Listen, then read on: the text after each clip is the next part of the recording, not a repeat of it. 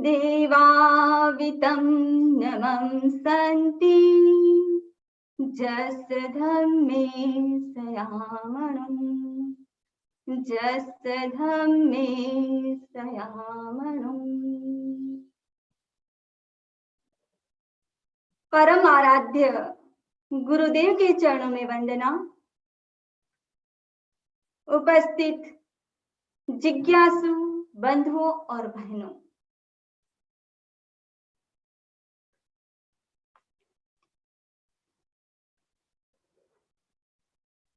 सबसे पहले महावीर का नाम मंगल मंगल है, ले लो प्रभु का नाम मंगल मंगल है। बोलो महावीर का नाम मंगल मंगल है, ले लो प्रभु का नाम मंगल मंगल है। त्रिशला की लाल दुलारी, सिद्धार्थ कुल उजियारी। त्रिशला के लाल दुलारी, सिद्धार्थ कुल उजियारी। भक्तों के भाग्य सितारे, बिहार भूमि के प्यारे स्थान वह मंगल है। ले लो प्रभु का नाम मंगल मंगल है।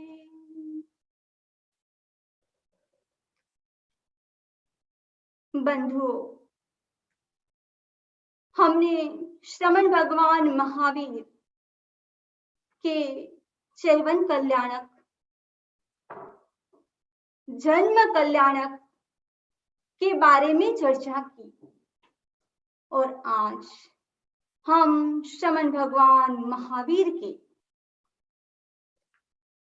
दीक्षा कल्याणक के बारे में चर्चा करेंगे। भगवान महावीर स्वामी जब माता के गर्भ में थे, तभी उन्होंने संकल्प कर लिया था कि जब तक माता पिता जीवित रहेंगे तब तक मैं दीक्षा ग्रहण नहीं करूंगा। जैसे ही माता पिता का देवलोक गमन हो जाता है और उसी समय भगवान महावीर अपने बड़े भाई नंदीवर्धन के पास पहुंचते हैं और उनके पास पहुंचने के साथ दीक्षा के लिए अनुमति मांगते हैं और बड़े भाई स्वीकृति नहीं देते हैं।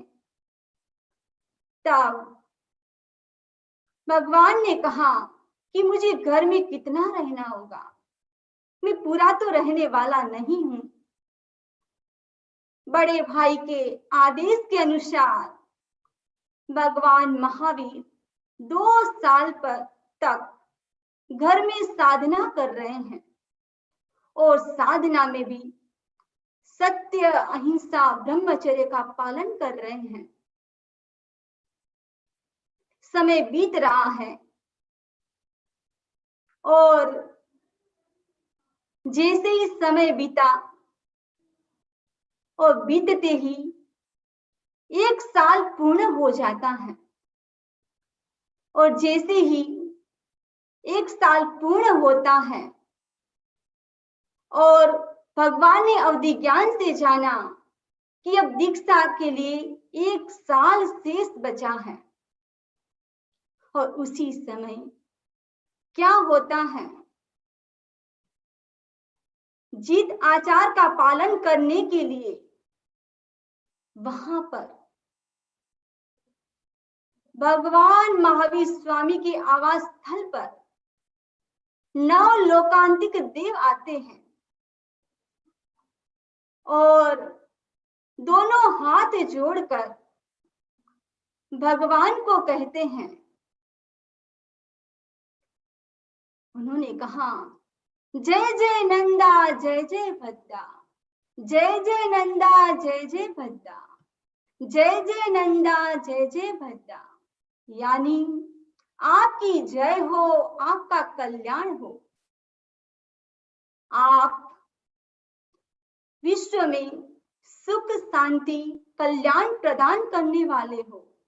इसीलिए आप दीक्षा को ग्रहण करें और धर्म संघ की स्थापना करें, ऐसी प्रार्थना करते हैं। और ये प्रार्थना करने के बाद वहां से चले जाते हैं। समय बीत रहा है तीव्र गति से, और तीर्थंकर का एक नियम होता है कि दीक्षा से 1 वर्ष पूर्व वर्षीदान देना। जिस दिन दीक्षा का दिन है तब तक उससे पहले दीक्षा ग्रहण नहीं कर सकते। इस कर्म भूमि में दीक्षित होने वाले जितने भी तीर्थंकर हैं, उसके वर्षीदान की व्यवस्था प्रथम देवलोक के इंद्र सौधेंद्र उनकी व्यवस्था करते हैं। और भगवान शांत भाव से प्रतिदिन 3 घंटा वर्षीदान देते हैं। और वर्षीदान में 1 करोड़ 8 लाख स्वर्ण मुद्राओं का दान देते हैं। यह भी एक अद्भुत घटना है। वर्षीदान का क्रम पूर्ण होने के बाद उसके बाद सभी प्रकार के परिग्रहों का त्याग करके संयम जीवन के लिए प्रस्थान करते हैं। और जो इंद्र है, इंद्र के द्वारा चंद्र प्रभा पालखी का निर्माण किया जाता है। ये पालखी भी कैसी है? सहस्त्र वाहिनी, हजारों व्यक्तियों के द्वारा उठाने लायक ऐसी है ये पालखी। और पालखी को उठाने का पहला अधिकार तो मानव को मिलना चाहिए। और इस मांग को ससम्मान इंद्र ने स्वीकार किया और कहा कि दीक्षा मानव की हो रही है, इसीलिए ये अधिकार मानव को मिलना चाहिए प्रथम। चारों तरफ सभी दिशाओं में इंद्र चामर डुला रहे हैं।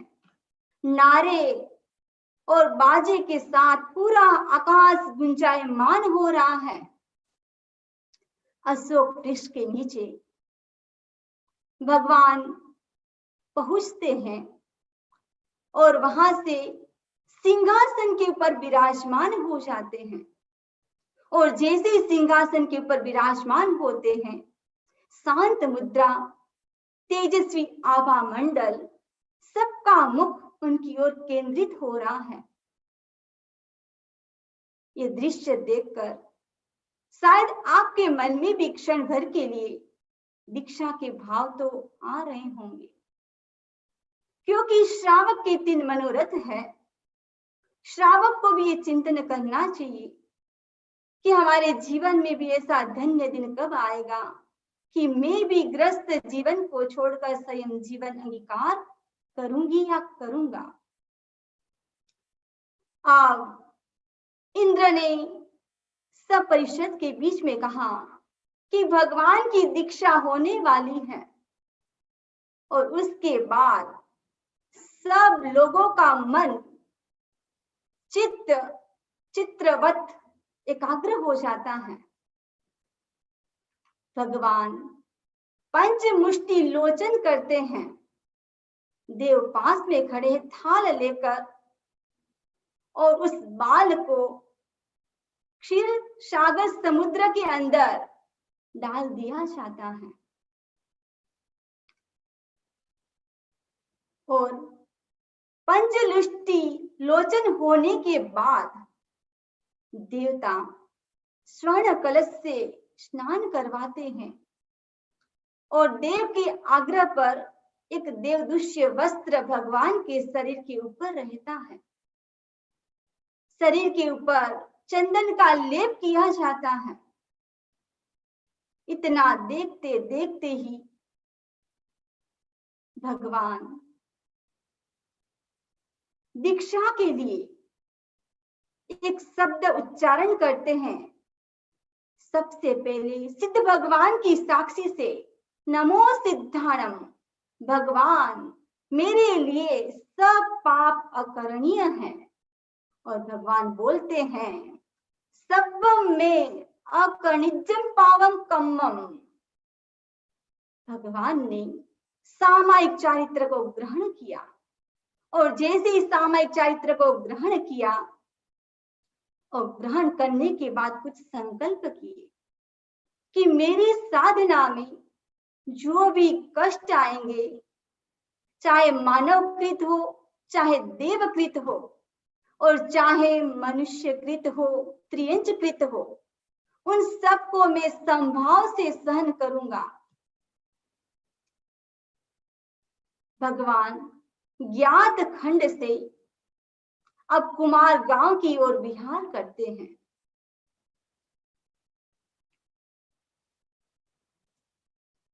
और जैसे कुमार गांव की ओर विहार हुआ और विहार होते ही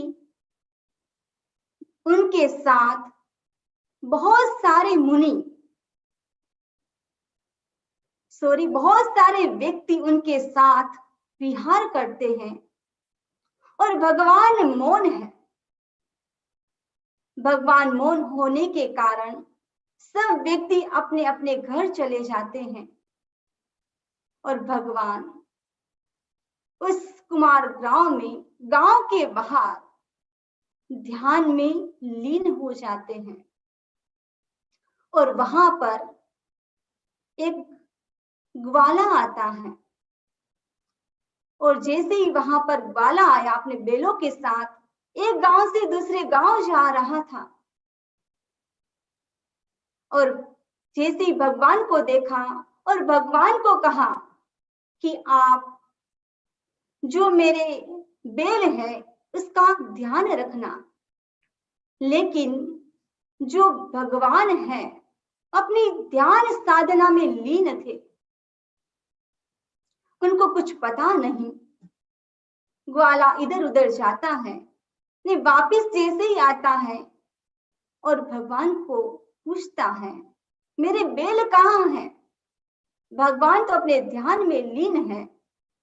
वापिस ग्वाला बैलों को ढूंढने लगता है। सूर्यास्त हो जाता है, सो जाता है। वापिस जैसे ही सुबह उठता है और ढूंढने लगता है और बैल भगवान के पास चल रहे हैं। अब ग्वाले को शंका हो जाती है कि भगवान, ये जो ग्वाले हैं, भगवान ने सोचा कि एक ग्वाला क्या कर रहा है। अब ग्वाले के मन में आया कि भगवान बैलों को छिपाना चाहते हैं और उसी समय ग्वाला क्या करता है, भगवान को मारने के लिए दौड़ता है। और उसी बीच में नंदीवर्धन आ जाते हैं। नंदीवर्धन ने पूरी जानकारी की और जानकारी के बाद पता चलता है कि भगवान के साथ कुछ सैनिक रखने चाहिए। भगवान ने कहा कि जो अरिहंत पद की प्राप्ति के लिए मैं निकला हूं, उनके लिए किसी सहारे की जरूरत नहीं है। प्रथम स्वर्गलोक के इंद्र स्वर्गाधिपति ने देखा कि भगवान क्या कर रहे हैं और तुरंत नीचे आते हैं और देखा कि ग्वाला भगवान को मारने के लिए आ रहा है। तो ग्वाले को कहा, तुम किसको मार रहे हो? ये तो इसी भाव में मोक्ष जाने वाले हैं, भावी तीर्थंकर है, वैशाली के राजकुमार है। अब इंद्र ने कहा कि भगवान, आप इस विजय यात्रा में बहुत सारे कष्ट आने वाले हैं, इसीलिए आप मुझे आपके साथ रखें। तब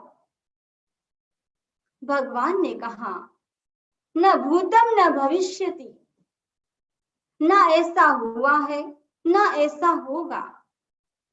जो अरिहंत पद की प्राप्ति के लिए निकले हैं वो किसी के सहारे की अपेक्षा नहीं रखते हैं। अब इंद्र भी निरुक्त हो जाते हैं और वहां से चले जाते हैं। अब जो भगवान है, 2 दिन के बाद भगवान का पारना एक ब्राह्मण के घर पर खीर के साथ होता है। दान देने के कारण पंच दिव्यों की वर्षा होती है। भगवान और आगे बढ़ते हैं, कोलाग सन्निवेश से मोराग सन्निवेश की ओर विहार करते हैं। और जैसे ही उस ओर विहार किया, वहां पर एक तापस का आश्रम था। उस तापस के आश्रम में महाराजा सिद्धार्थ के मित्र कुलपति वहां पर रहते थे। जैसे प्रभु को आते हुए देखकर क्या करते हैं, सामने जाते हैं और सामने गए, स्वागत किया और वहां पर ठहरने के लिए कहते हैं। भगवान ने बात को सिरोधार्य किया। एक दिन वहां पर 1 दिन की प्रतिमा लेकर ध्यान में खड़े हो जाते हैं। ध्यान में खड़े हो गए और दूसरे दिन वहां से विहार करते हैं। कुलपति आते हैं और कहते हैं कि आप वर्षावास यहाँ पर करिए। कुलपति की बात को स्वीकार कर भगवान कुछ दिनों के लिए आसपास के क्षेत्र में विचरण करने के बाद वापिस तापस के आश्रम में वर्षावास के लिए आते हैं। एक पर्ण कुटिया में भगवान विराजते हैं। कुछ दिन हुए, उस वर्ष बारिश नहीं होने के कारण जो आसपास के जंगल में जो पशु थे, वो पशु भी क्या करते हैं, वहां झोपड़ी की घास खाने के लिए आ जाते हैं और तापस लोग उस जो पशु है उसको डंडा मार के हटा देते हैं। लेकिन भगवान तो अपने ध्यान में लीन है। तब तापसों ने कुलपति से कहा कि आपने कैसे अतिथि को रखा है जो अपनी पर्ण कुटिया की रक्षा भी नहीं करता है। तब कुलपति महावीर के पास आते हैं और कहा कि पक्षी भी अपने घोंसले की रक्षा करते हैं, तुम तो राजकुमार क्षत्रिय हो, तुमको इनकी तो रक्षा करनी चाहिए। भगवान को ये बात जची नहीं और 15 दिन हुए थे और भगवान ने कुछ संकल्प किए कि मैं अप्रीति स्थान पर नहीं रहूंगा, मैं प्राय ध्यान में रहूंगा, प्राय मैं मौन करूंगा, मैं अपने हाथ में कर भोजन करूंगा और अंत में जो मनुष्य है उसको मैं आदर सम्मान नहीं करूंगा। इस प्रकार भगवान ने कुछ संकल्प किए और वहां से विहार करते हैं। भगवान की इस यात्रा में देखते कि कितने कष्ट आते हैं। कहा जाता है कि 24 तीर्थंकर में 23 तीर्थंकर के कर्म एक तरफ ने भगवान महावीर स्वामी के कर्म एक तरफ, तो भी भगवान महावीर स्वामी के कर्म बढ़ जाते हैं। आगे हम सुनेंगे कि भगवान महावीर की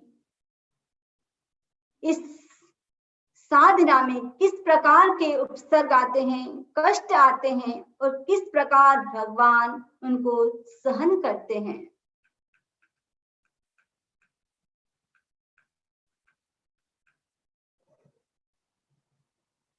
प्रतिक्रमण का अर्थ चल रहा है, हमने नमस्कार सूत्र, वंदना सूत्र, इर्यापथिक सूत्र, कायोत्सर्ग प्रतिज्ञा के बारे में थोड़ी सी चर्चा की। इसके बाद आता है चतुर्विंशति स्तव, चतुर्मिस 4, विंशति यानी 20, 4 + 20 मिस 24 तीर्थंकर, जिसकी हम स्तवना करेंगे, उसका हम अर्थ करेंगे। लोगस, तो सबसे पहले हैं हम जो लोगस की एक पार्टी है जिसके अंतर्गत 7 श्लोक हैं, उसका हम उच्चारण करेंगे। लोगस उज्जोयगरी धम्मतिथयरेचिने अर्हन्ते कित्तैसं 24 केवली उसभमजियं च वन्दी संभवमभिनन्दनं च सुमयं च पौमप्पहं सुपासं जिनं च चण्डप्पहं वन्दे सुविहिं च पुष्पदन्तं सीयलसिज्जं सवासपुज्जं च विमलमनन्तं च जिनं धम्मं सन्तिं च वन्दामि कन्थं मरं च मल्लिं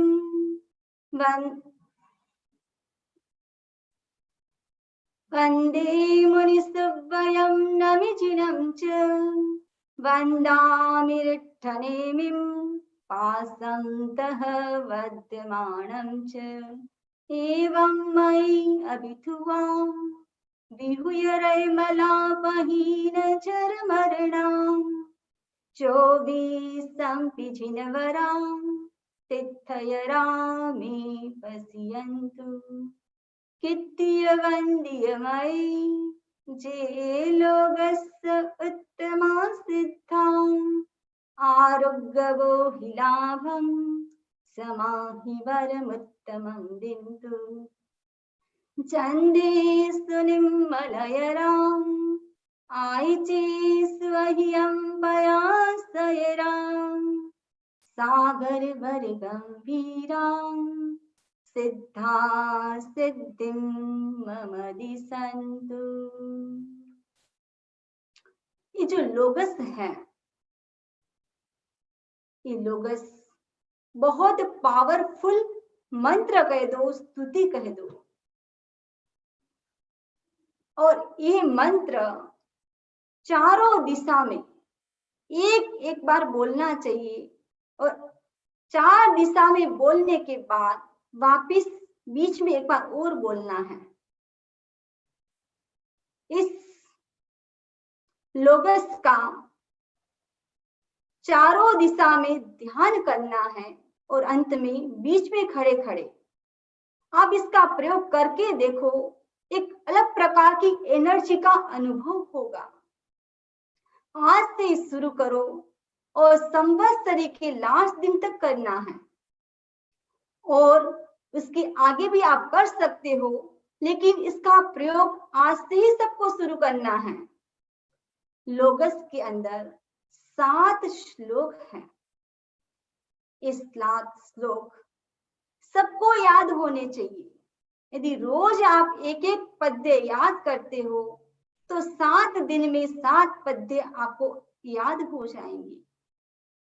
यदि आपको ज्यादा स्वप्न आते हैं तो भी क्या करना चाहिए, इस लोगस को बोलना चाहिए। 4 बार लोगस का ध्यान करें ताकि जो चेतना है बिल्कुल निर्मल बन जाए।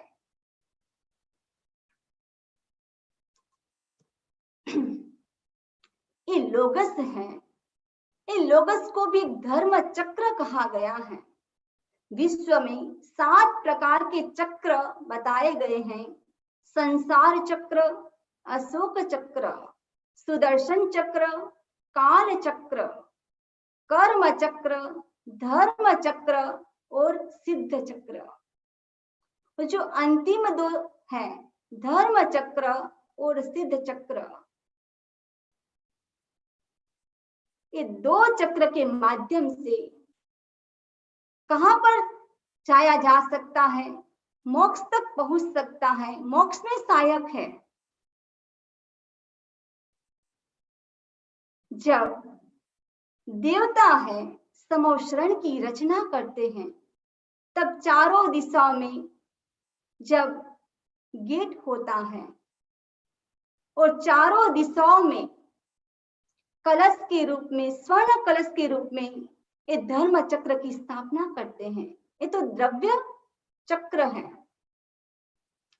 लोगस उज्जूय गरे, लोगस मीन्स लोक में, उज्जूय गरे उद्योत करने वाले। अब लोक और उद्योत 2 शब्द हैं, तो सबसे पहले हम उद्योत के बारे में चर्चा करें। उद्योत 2 प्रकार का है, एक तो इस सूर्योदय ने, एक है अरुणोदय। सूर्योदय किसको कहते हैं? जो सूर्य होने के बाद जो प्रकाश होता है वो है सूर्योदय, और उससे पहले जो लालिमा होती है उसको कहा जाता है अरुणोदय। जब तीर्थंकर के 5 कल्याणक होते हैं, उस समय संपूर्ण लोक में प्रकाश हो जाता है, और नरक में जहां पर अंधकार ही अंधकार है, वहां पर भी 48 मिनट तक क्या हो जाता है, प्रकाश हो जाता है। और परमाधामी देव भी नरकवासी जो जीव है उनको भी कष्ट नहीं देते हैं। तो प्रथम नरक में सूर्य जैसा प्रकाश होता है, दूसरी नरक में बादल से आच्छादित सूर्य जैसा प्रकाश होता है, और तीसरी नरक में पूर्ण चंद्रमा जैसा प्रकाश होता है, और चौथी नरक में बादल से आच्छादित चंद्रमा जैसा प्रकाश होता है, पांचवी नरक में ग्रह जैसा प्रकाश होता है, छठी नरक में नक्षत्र जैसा प्रकाश, और 7वीं नरक में तारों जैसा प्रकाश हो जाता है। भगवान ने क्या किया? स्वयं अपनी आत्मा में प्रकाश और लोक में भी प्रकाश। लेकिन सब लोग क्या करते हैं, कहां पर प्रकाश करते हैं? घर में प्रकाश करते हैं, लाइट जलाते हैं, दिए जलाते हैं, रोशनी करते हैं, लेकिन मूल प्रकाश कहां करना है? आत्मा के भीतर।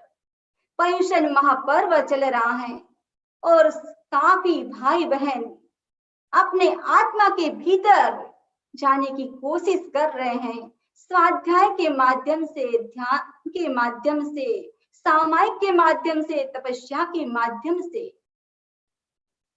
धम्म तीर्थयरे, धर्म तीर्थ के प्रवर्तक, धर्म दो प्रकार के धर्म हैं, श्रुत धर्म और चारित्र धर्म। श्रुत धर्म स्वाध्याय जो 5 महाव्रत का पालन करते हैं, ने चारित्र धर्म जिसमें अनुव्रत आते हैं। धर्म के बारे में बहुत सारा लिखा गया है, जितना बोले उतना कम है। तीर्थ, तीर्थ किसको कहते हैं? तीर्थ शब्द का अर्थ क्या है?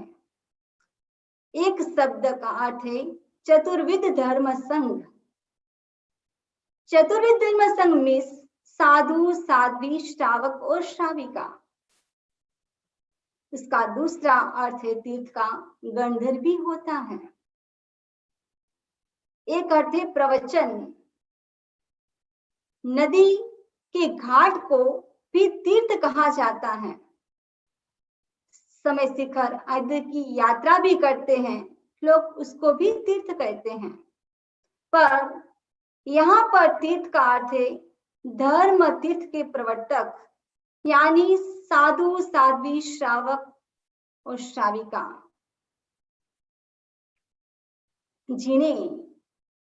जिन राग द्वेष जीतने वाले, जिन्होंने राग द्वेष को जीत लिया है,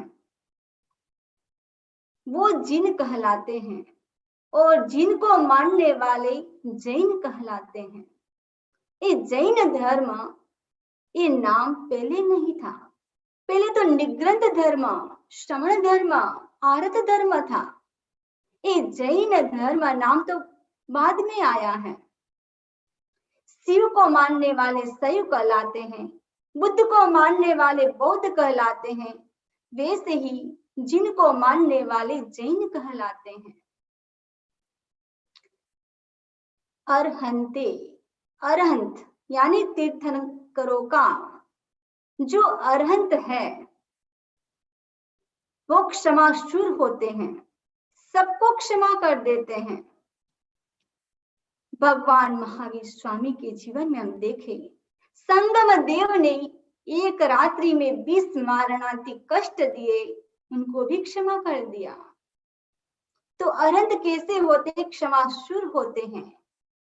कित्तैसम, मैं क्या करूंगा, मैं स्तवना करता हूं। 24 केवली, 24 अपी, ये जो 24 है वो 24 तीर्थंकर है। और अपी शब्द एक आया है, उस अपी मिस भी, और किसको? उसमें भी अपी मिस जो अतीत में हो चुके हैं तीर्थंकर, भविष्य में जो होंगे, और वर्तमान में हम देखें महाविद्य क्षेत्र में जो तीर्थंकर है उसके लिए अपी शब्द का प्रयोग किया गया है। और केवली, केवली मीन्स जिसको केवल ज्ञान प्राप्त हो चुका है। केवल ज्ञान संपूर्ण ज्ञान है। उसके बाद जो पहले के 4 ज्ञान है, उस ज्ञान की अपेक्षा नहीं है। मति ज्ञान, श्रुत ज्ञान, अवधि ज्ञान, मनः पर्यव ज्ञान। केवल ज्ञान अपने आप में एक संपूर्ण ज्ञान है। उसवमजियम च वंदे, उषवबिस ऋषभ, च मिस और, वंदे मिस और अजित को वंदना करता हूं। ऋषभ भगवान इस अवसर पिणी काल के प्रथम राजा और प्रथम तीर्थंकर, जिन्होंने शादी भी की, जिनके भरत, बाहुबली आदि 100 पुत्र और ब्राह्मी और सुंदरी 2 पुत्रियां थी। जब ऋषभ भगवान माता के गर्भ में आए, वैसे हर तीर्थंकर की माता गज का स्वप्न देखती है। गज मीन्स हाथी, लेकिन भगवान ऋषभ की माता ने बेल का स्वप्न देखा और जो बालक थे उसकी जंघा के ऊपर भी उभरा हुआ बेल के 2 निशान भी होते हैं, इसलिए नाम रखा गया ऋषभ। अजित, अजित भगवान यानी जिसको कोई जीत नहीं सकता। पुराने जमाने में राजा और रानी क्या करते थे, पासा खेलते थे और जब भी पासा खेलते महाराजा की विजय होती। जब अजितनाथ का जी माता के गर्भ में आए तब महारानी जीतने लगी, इसलिए नाम रखा गया अजितनाथ। संभवम अभिनंदनम च, संभव और अभिनंदन स्वामी को। संभव, जब संभव भगवान माता के गर्भ में आए उस समय क्या हुआ, राज्य में धन की वृद्धि होती है, असंभव कार्य भी संभव होने लगे, इसलिए नाम रखा गया संभवनाथ। अभिनंदन, जब अभिनंदन माता के गर्भ में आए तो इंद्र तीनों टाइम माता की पूजा करने आते, इसलिए नाम रखा गया अभिनंदन। सुमयिम च, सुमति, सुमतिनाथ यानी अच्छी मति, अच्छी मति। इसके साथ भी जब भी अच्छी मति बताई गई है कि जो माता की जो बुद्धि है वो बढ़ गई, इसलिए नाम रखा गया सुमतिनाथ। पद्म प्रभु, जब पद्म प्रभु माता के गर्भ में आए तो माता के शरीर से सुगंध निकल रही थी, कमल जैसी सुगंध, इसलिए नाम रखा गया पद्म प्रभु। सुपार्श्व, ये जो सुपार्श्व है, जब सुपार्श्व भगवान माता के गर्भ में आए और सुपर्शनाथ के जो पिता थे उसके पसलियों में दर्द हो गया था, ने माता के स्पर्श के साथ पसलियों का दर्द गायब हो गया। पसलियों का दर्द गायब होने के कारण नाम रखा गया सुपार्श्वनाथ। जब भी हम श्वास लेते हैं, हड्डी, पसली और डायाफ्राम, तो श्वास भी कहां तक लेना चाहिए, नाभि तक, नाभि से नेवल तक से पूरा श्वास लेना चाहिए।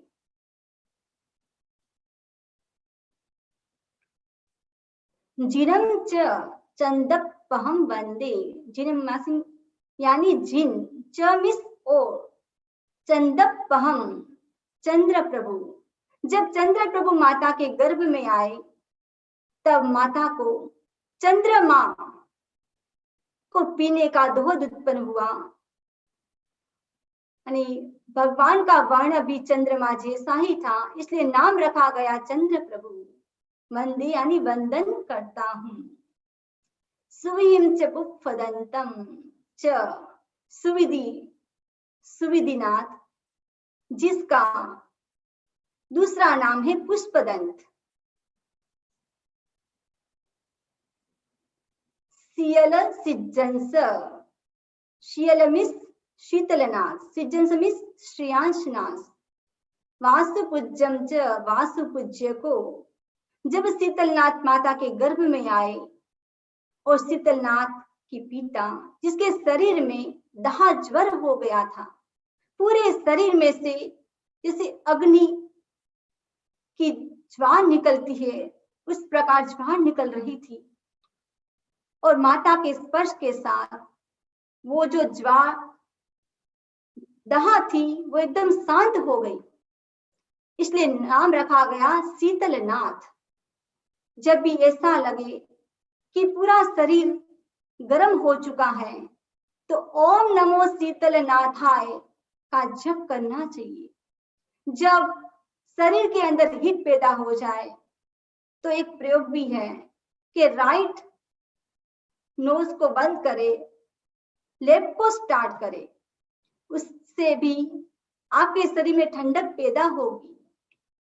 श्रेयांसनाथ, जब श्रेयांसनाथ माता के गर्भ में आए तो पूर्व परंपरा के अनुसार उनके घर में देव की एक चौकी थी और चौकी के ऊपर कोई नहीं बैठ सकता था।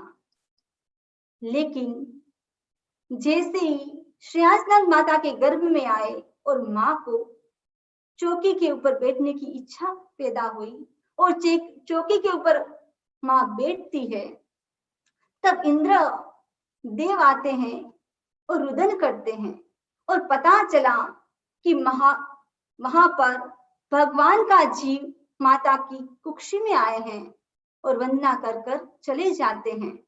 उनको श्रेय मिलता है, इसलिए नाम रखा गया श्रेयांसनाथ। वासुपूज्य जब माता के गर्भ में आए तो इंद्रों के द्वारा धरती के ऊपर रत्नों की बारिश होती है, इसलिए नाम रखा गया वासुपूज्य। विमलमणंतम च जिनम, विमलनाथ और अनंतनाथ, जिनको दम्मम संतिम च वंदामि, धर्मनाथ और शांतिनाथ को वंदन करता हूं। विमलनाथ यानी राग और द्वेष से जो रहित है, जो मन से रहित है, इसलिए उसका नाम रखा गया विमलनाथ। अनंतनाथ, अनंत जिसका कोई अंत नहीं है, और माता ने रत्नों की ऐसी श्रृंखला देखी कि जिसका कोई अंत नहीं था, इसलिए नाम रखा गया अनंतनाथ। धर्मनाथ, जब धर्मनाथ माता के गर्भ में आए तब माता के मन में धर्म के प्रति भावना और बढ़ गई, इसलिए नाम रखा गया धर्मनाथ। शांतिनाथ, और शांतिनाथ जैसे ही माता के गर्भ में आए उस समय उस राज्य में बहुत बड़ा उपद्रव हुआ और माता टेरेस के ऊपर जाती है और ऊपर से पानी छिटकती है और पूरे राज्य में क्या हो जाता है, शांति हो जाती है, उपद्रव शांत हो जाता है, इसलिए नाम रखा गया शांतिनाथ। हम भी अभी वर्तमान में जप कर रहे हैं शांतिनाथ भगवान का। चैता भारम वासम चक्रवर्ती महिद्यो, संति संति करे लोए पत्तो गई मनुत्तरम।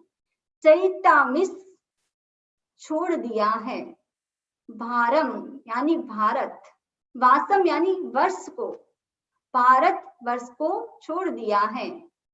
चक्रवर्ती यानी चक्रवर्ती, महिद्यो महान रिद्धि वाले, जो चक्रवर्ती महान रिद्धि वाले हैं उन्होंने भारतवर्ष को छोड़ दिया है।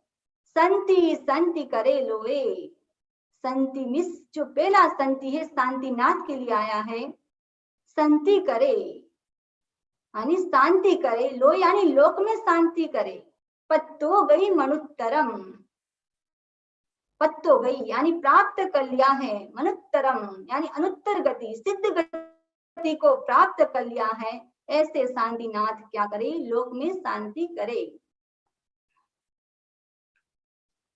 कुंथुम अरम च मल्लिम, कुंथु कुंथुनाथ, अरनाथ और मल्लीनाथ। कुंथुनाथ हु मिस धरती, थु मिस रत्नों का एक स्तूप, उसके ऊपर एक मुनिराज को मुखवस्त्रिका बांधे हुए उपदेश देते हुए देखा, तब माता ने उनका नाम कुंथुनाथ रखा। अरनाथ, अरनाथ जैसे ही माता के गर्भ में आए और माता ने चक्र का स्वप्न देखा, इसलिए नाम रखा अरनाथ। मल्लीनाथ, जब मल्लीनाथ माता के गर्भ में आए तब माता को सब ऋतु में जितने भी फूल होते हैं उसके ऊपर बैठने की इच्छा हुई। इंद्र ने इच्छा की पूर्ति की, इसलिए नाम रखा गया मल्लीनाथ, जो एक स्त्री रूप में थे। वंदे मुनिसुव्रत को वंदना करता हूं, जो मुनि सुव्रत भगवान माता के गर्भ में आए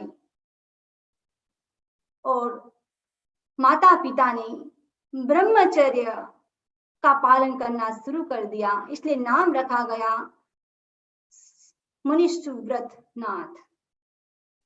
नमी जिनम च, और नमीनाथ जिनको जब नमीनाथ माता के गर्भ में आए, उस समय राज्य में दूसरे राजाओं के द्वारा कुछ विरोध चल रहा था, और जैसे ही नमीनाथ की माता छत के ऊपर जाती है और जैसे ही राजा और शत्रुओं ने देखा, पूरे झुक जाते हैं, नम जाते हैं, इसलिए नाम रखा नमीनाथ।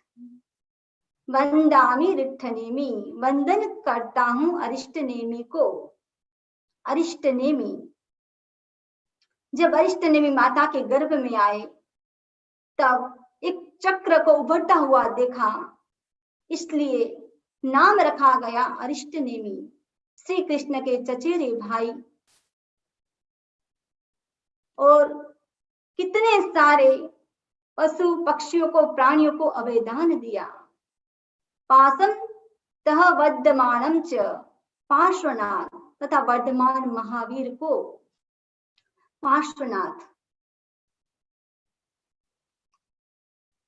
की माता वामा देवी, जब पार्श्वनाथ के पिता सोए हुए थे, उसका हाथ नीचे लटक रहा था, तब माता ने कहा कि पास से सर्प जा रहा है। अंधेरी रात थी, तब कहा कि आपको कैसे पता चला? और जैसे ही देखा कि सच में सांप पास से जा रहा था, इसलिए नाम रखा पार्श्वनाथ। वर्धमानम च, वर्धमान महावीर भगवान को, जैसे ही महावीर भगवान माता के गर्भ में आए, सब प्रकार से वृद्धि हुई, इसलिए नाम रखा गया वर्धमान। एवं मैं अभिथुआ, इस प्रकार से मेरे द्वारा स्तवन किए गए। विहुय रयमला, पाप रूपी रज मल से रहित। एक है रज, एक है मल। रज मिस रेत, मल मिस मल मिस मेल, उनसे जो रहित है। जो मल है वो क्या होता है? व्यक्ति, उससे तो व्यक्ति कर्मों से बंधा हुआ है। रज है जिसके ऊपर कर्म लग रहे हैं। तो हम ऐसी एक्टिविटी करते हैं तो अनंत कर्म पुद्गल वर्गणाएं हमारी आत्मा के साथ चिपक जाती हैं। तो हमको भी क्या करना चाहिए कि ऐसी एक्टिविटी से बचना चाहिए। जैसे पानी है, अब आप बर्तन धोते हो तो अनावश्यक पानी भी नहीं गिरना चाहिए। आप स्नान करते हो तो उसमें भी लिमिट करें, अनावश्यक पानी नहीं गिराए। आप कपड़े धोते हो तो भी ध्यान रखें कि अनावश्यक पानी वेस्ट नहीं होना चाहिए। आप सुबह सुबह किचन में जाते हो तब भी देखें, पूरे किचन को क्लीन करें, कहीं पर कोई जीव तो नहीं है, मेरे द्वारा जीव हिंसा नहीं हो जाए। जब भी आप गेट बंद करें तब भी ध्यान रखें कि गेट के बीच में कोई जीव नहीं मर जाए। और वायु काय के जीव, ये कपड़े भी आपके सूख गए हैं तो भी सूखने के बाद तुरंत उठा ले। अनावश्यक फैन भी नहीं चलना चाहिए। इस सब की जयना रखना, यानी हम रज और मल से मुक्त हो सके। भगवान कैसे हैं? रज और मल से रहित है। पहिन जर मरना, जरा, वृद्धावस्था और मरण से मुक्त। जर मिस क्या है? जर मिस बुढ़ापा। ये बुढ़ापा, भगवान ऋषभ देव जिनका आयुष्य 84 लाख पूर्व का था, लेकिन तीर्थंकर कभी बूढ़े नहीं बनते हैं, कभी बुढ़ापा नहीं आता है। इसलिए व्यक्ति को स्वस्थ रहने के लिए, बुढ़ापा नहीं आए, इसलिए व्यक्ति को क्या करना चाहिए? एक्सरसाइज करनी चाहिए। ये पवन मुक्तासन विशेष रूप से करना चाहिए। मरना यानी मरण से पहिन यानी मुक्त है। एक प्रसंग है, एक पुराने जमाने के समय एक बहन उपाश्रय में जाती है और लोगस सीखती है। और जैसे ही लोगस सीख रही थी, पहले ऐसा नहीं था कि किताब से पढ़ना, और साजिश ने एक शब्द दिया और वो याद कर लेती। साजिश ने एक शब्द सिखाया, पहिन जर मरना। और जैसे ही घर पर पहुंचती है, और घर पर पहुंचते ही और उसने कैसे याद किया, पीहर में जाकर मरना।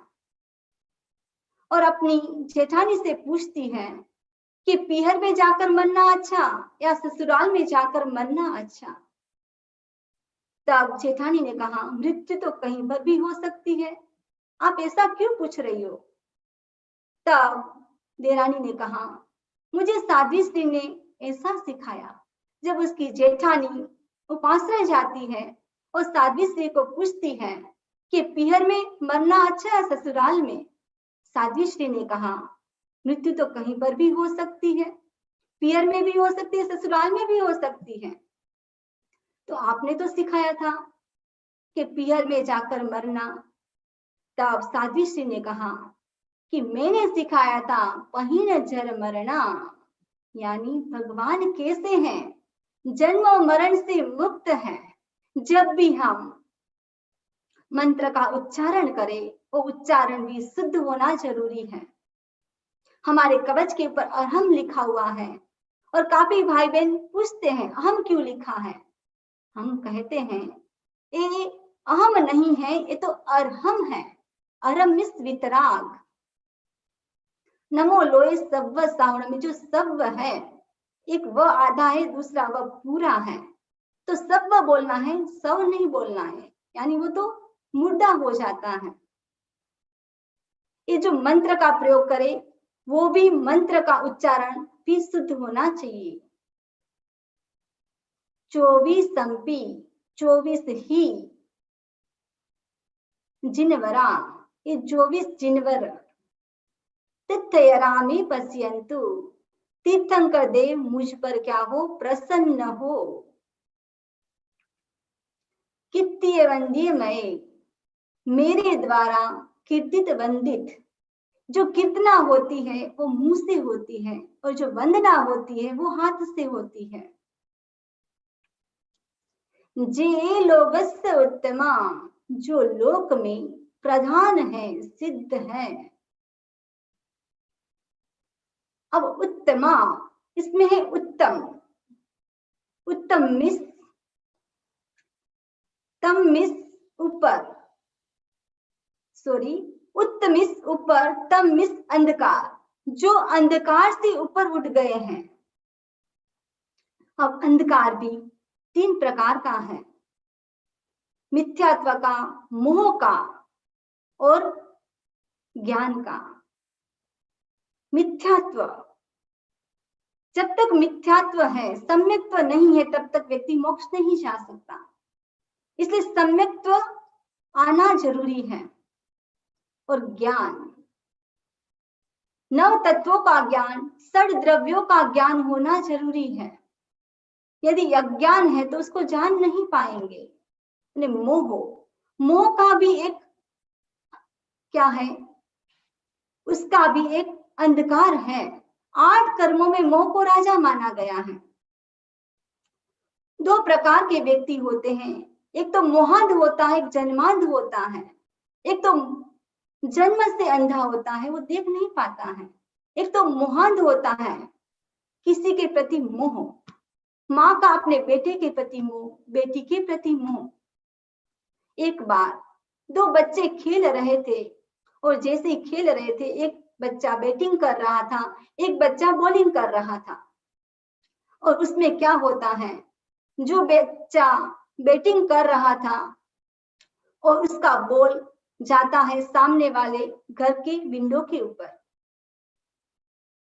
अब क्या होता है कि जो बच्चा बॉलिंग कर रहा था, उसकी मम्मी पास वाले घर पर जाती है कि आपके बच्चे ने मेरा विंडो तोड़ दिया। तो उसकी मम्मी कहती है कि इसमें मेरे बच्चे का कोई दोष नहीं है, वो तो बैटिंग कर रहा था, बॉलिंग तो आपका बेटा कर रहा था। इस प्रकार बॉलिंग की कि कांच टूट गया। ये क्या है? मोह है। ये जो मोह है, जो ये आसक्ति अलग अलग प्रकार की होती है, द्रव्य, क्षेत्र, काल और भाव। एक द्रव्य है, द्रव्य के प्रति अटैचमेंट होता है, जैसे अपने घर के प्रति, कार के प्रति, फोन के प्रति, लैपटॉप के प्रति। ने जो बच्चे होते हैं, जो उनके पास सोल होती है, ब्लैंकेट होता है, वो जब वो नहीं मिलती है तब तक नींद नहीं आती है। यानी द्रव्य के प्रति मोह। द्रव्य के बाद क्षेत्र, मुझे इसी स्थान पर बैठना है, मुझे इसी स्थान पे गाड़ी पार्किंग करनी है। ये क्या है? क्षेत्र के प्रति अटैचमेंट। काल, मुझे इसी समय में चाय चाहिए, मुझे इसी समय में जूस चाहिए। भाव, किसी के प्रति राग के भाव, किसी के प्रति द्वेष के भाव।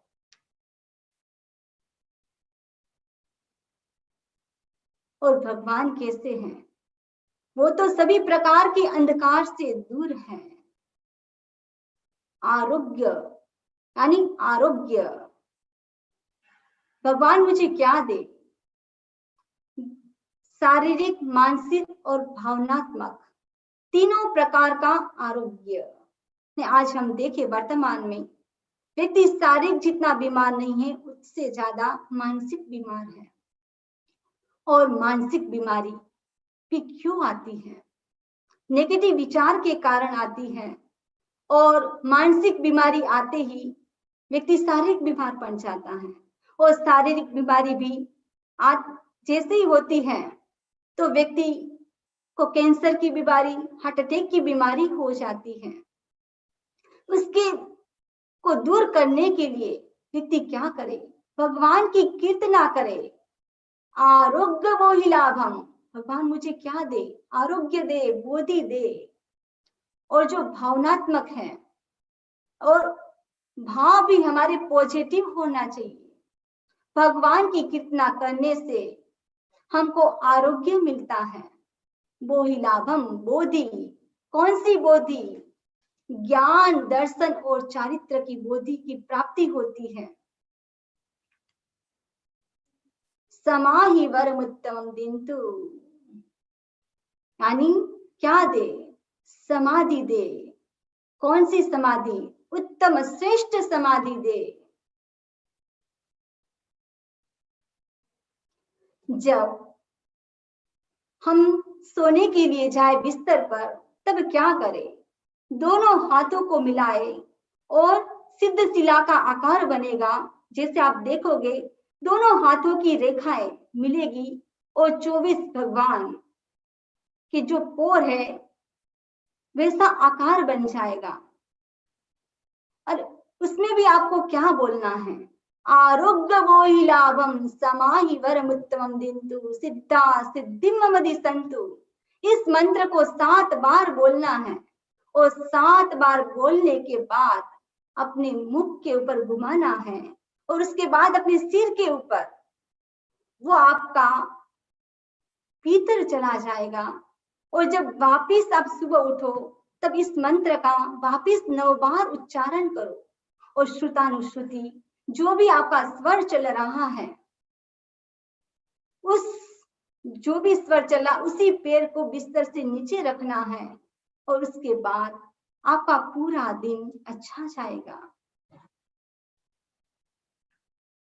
चंदेसु निम्मलयरा। भगवान कैसे हैं?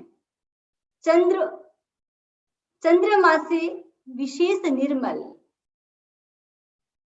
जो चंद्रमा है वो कैसा है? वो भी सफेद है, लेकिन भगवान तो उससे भी निर्मल है।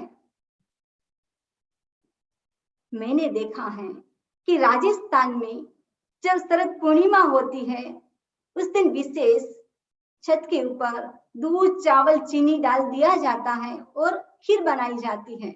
उसको अमृत के तुल्य माना जाता है। यदि किसी भाई बहन को अति तीव्र गुस्सा आए तब क्या करना चाहिए? चंदेसु निम्मलयरा। सिद्धा सिद्धिम मम दिशन्तु। ये मंत्र भी महामृत्युंजय जैसा मंत्र है। यदि व्यक्ति को भयंकर गुस्सा आता है तो वो भी शांत हो जाता है। आईची स्वयं प्रयासेरा, यानी सूर्य से भी अधिक तेजस्वी भगवान कैसे हैं? उससे भी ज्यादा तेजस्वी है। तो सुबह सुबह क्या करना चाहिए? बाल सूर्य का ध्यान, वो भी कहाँ पर? दर्शन केंद्र पर दोनों भ्रुकुटी के बीच में बाल सूर्य का ध्यान करें। यदि बाल सूर्य का ध्यान करते हैं तो आचार्य श्री महाप्रज्ञ जी फरमाया करते थे कि व्यक्ति का तीसरा नेत्र उद्घाटित हो सकता है। पयासेरा, प्रकाश करने वाले, सागर वर गंभीरा, समुद्र से के समान गंभीर। समुद्र कैसा गंभीर होता है, भगवान उससे भी गंभीर है। सिद्धा सिद्धिम मम दिशन्तु, सिद्ध भगवान मुझे क्या करे? सिद्धि प्रदान करे। ये लोगस, ये ऐसा है जिसके 7 पद्य में दूसरा, तीसरा और चौथा पद्य अशाश्वत है और सब शाश्वत है, क्योंकि इस अवसर पीढ़ी काल में जो तीर्थंकर हुए हैं और नेक्स्ट उससे पीढ़ी काल में जो भी तीर्थंकर होंगे वो चेंज हो जाएंगे। इसलिए ये 3 पद्य अशाश्वत है। इस जो लास्ट वाला पद्य है वो भी अपने आप में पावरफुल है। वैसे तो हो सके तो हर भाई बहन को प्रतिदिन एक लोगस की माला फेरनी चाहिए। ये भी न कर सके तो 45 बार, यानी आधी गिने, वो भी न हो सके तो 27 बार। यदि वो भी न कर सके तो जो ये लोगस का जो लास्ट पद्य है, चंदी सुनिमलरा आईची स्वयं प्रयासेरा सागर वर गंभीरा सिद्धा सिद्धिम मम दिशन्तु, इस श्लोक का, इस मंत्र का उच्चारण करना चाहिए। आज हमने लोगस के बारे में चर्चा की। यानी जो तीर्थंकर है वो 34 अतिशय और 35 वचनाति से युक्त होते हैं और देव के द्वारा उनको बहुत कुछ ऐसा मिलता है कि जो उनकी जो ध्वनि भी है वो ध्वनि भी कैसी होती है, 4 कोस दूर तक सुनाई देती है। भगवान के ऊपर छत्र होता है और भगवान का 3 लोक का नाथ होने का सूचित करते हैं। जो उसका आभा मंडल, वो भी जो आभा मंडल भी है, आभा मंडल के कारण जो 10 दिशाएं हैं वो प्रकाशित हो जाती है। इस प्रकार भगवान की बहुत सारी विशेषताएं बताई गई है। और अंत में जो 65 छंद है वो लोगस के साथ जुड़ा हुआ है। इसके अंतर्गत भी 24 तीर्थंकर की स्तुति की गई है। ये प्राचीन आचार्यों की साधना और शास्त्रों के अध्ययन के द्वारा ये हमको उपलब्ध है। ये करने से हमारा हित होता है, मंगल होता है, शिव होता है, कल्याण होता है। ये जो भी विघ्न और बाधा आती है वो भी शांत हो जाती है। ये आप देख रहे हो, ये यंत्र है। आप राइट से भी गिनो, लेफ्ट से भी गिनो, कहीं से भी आप काउंट करोगे तो 65 ही होगा। ये भी बहुत पावरफुल है और दीपावली के दिन विशेष इसकी साधना की जाती है। पहले जो 65 छंद है वो बोला जाता है, उसके बाद जो यंत्र है उसको लिखा जाता है।